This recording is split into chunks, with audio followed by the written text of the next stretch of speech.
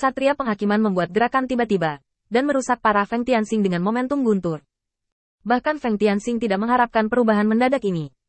Di lubang besar di dada, benang sutra merah membentuk tubuh baru Feng Tianxing tiba-tiba menarik napas panjang, tiba-tiba duduk, menatap dadanya, dan batuk seteguk darah. Mengapa? Tepat sebelumnya, sebelum menghitung nafas, dia mampu melawan inkarnasi Tia Dao, dan bahkan memukul Tia Dao. Tetapi dalam waktu sesingkat itu, semua kekuatan lawan tampaknya telah meningkat secara kualitatif. Tembakan ini saja, Feng Tianxing tidak bereaksi sama sekali, dia bahkan tidak menangkap gerakan lawan. Satu-satunya kemungkinan untuk peningkatan sebesar itu adalah bahwa Dao Surgawi telah menyuntikkan kekuatan ke dalam inkarnasi Dao Surgawi. Tapi ini melanggar aturan. Jalan surga juga akan dibatasi oleh aturan. Perwujudannya dari jalan surga sudah melawan langit, dan dia memiliki keuntungan yang cukup.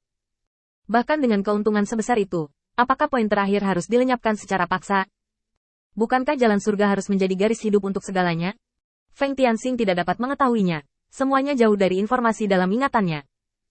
Kalimat terakhir yang dikatakan oleh Judgment Knight terlintas di benakku lagi. Aku sudah melihat semua tentangmu. Mungkinkah? Feng Tianxing mengatupkan giginya dan berjuang untuk berdiri. Bukannya kekuatannya telah ditingkatkan, tetapi telah berevolusi untuk secara khusus ditujukan kepadaku. Kebiasaan eksplorasi sadar saya, ingatan saya, kemampuan saya, segala sesuatu tentang saya, semuanya tercetak di benaknya. Saat pikiran ini muncul, tombak besar itu telah menembus ke arah pintu.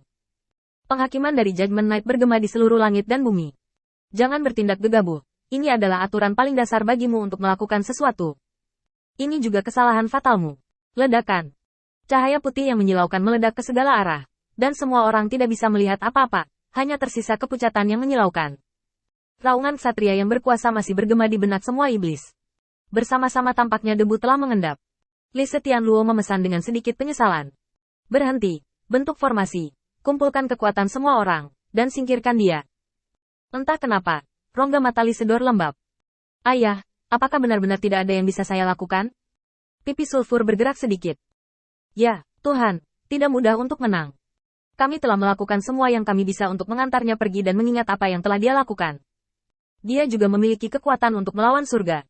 Ini adalah sesuatu yang bahkan tidak bisa saya lakukan. Dia pantas mendapatkan kehormatan ini.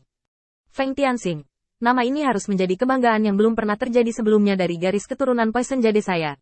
Kita tidak bisa membiarkan dia dimakamkan di sini. Kita harus mengingatnya. Li Sedor menundukkan kepalanya. Ayahnya, Li Setianluo, adalah yang terkuat dalam kognisinya. Dan dia tidak bisa berbuat apa-apa tentang apa yang bisa dilakukan ayahnya. Semua kenangan berhenti di malam itu belum lama ini. Ada anak laki-laki iblis. Ketika dia berbicara tentang kegembiraan dunia manusia, ada cahaya di matanya, sangat terang. Jiasa mundur perlahan dengan penyesalan. Kali ini, setelah pertempuran telah menyebabkan banyak retakan muncul di dunia yang dipadatkannya. Dia tidak punya waktu untuk membaca lagi. Dia ingin kembali dan mengumpulkan medan perang baru untuk para iblis. Dia masih memiliki hal-hal yang harus dilakukan. Hanya saja Jiasahe tahu bahwa dia memiliki sesuatu yang lebih. Kenangan yang tidak akan pernah dia lupakan dalam hidup ini. Dia ingat bocah iblis yang menghadapi hukuman surga. Mungkin, seperti inilah seharusnya ras iblis. Dan mungkin, ini adalah bukti terbaik dari keberanian ras iblis. Dan dia bahkan tidak bisa melakukan 1/10.000 dari itu. Mungkin perilakuku saat ini bukan lagi iblis yang memenuhi syarat. Jiaza pergi dengan penyesalan.